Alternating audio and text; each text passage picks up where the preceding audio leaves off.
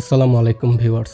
আপনি কি জানেন আমাদের প্রত্যেককেই কখনো না কখনো একটি নির্মম বাস্তবতার মুখোমুখি হতে হবে।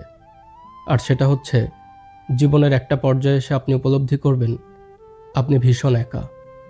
আসলে পৃথিবীতে কোনো মানুষই কারো জন্য চিরস্থায়ী নয়। মানুষ তার প্রয়োজনে আসে এবং প্রয়োজন শেষে চলে যায়। শেষ পর্যন্ত একা আপনাকেই টিকে থাকতে হবে।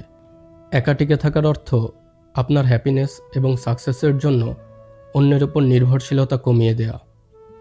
আপনি যখন একা চলতে শিখে যাবেন তখন অন্য কারো চলে যাওয়া আপনাকে সাময়িক আঘাত দিলেও সম্পূর্ণরূপে মানসিকভাবে বিপর্যস্ত করতে পারবে না। তাই একা সারভাইভ করতে শিখুন। একা সারভাইভ করার অর্থ একাকিত্ব নয়, বরং নিজেকে উপলব্ধি করতে পারা। এটা আপনাকে আপনার পটেনশিয়ালিটি এবং আপনার উইকনেসগুলো বুঝতে সাহায্য করবে।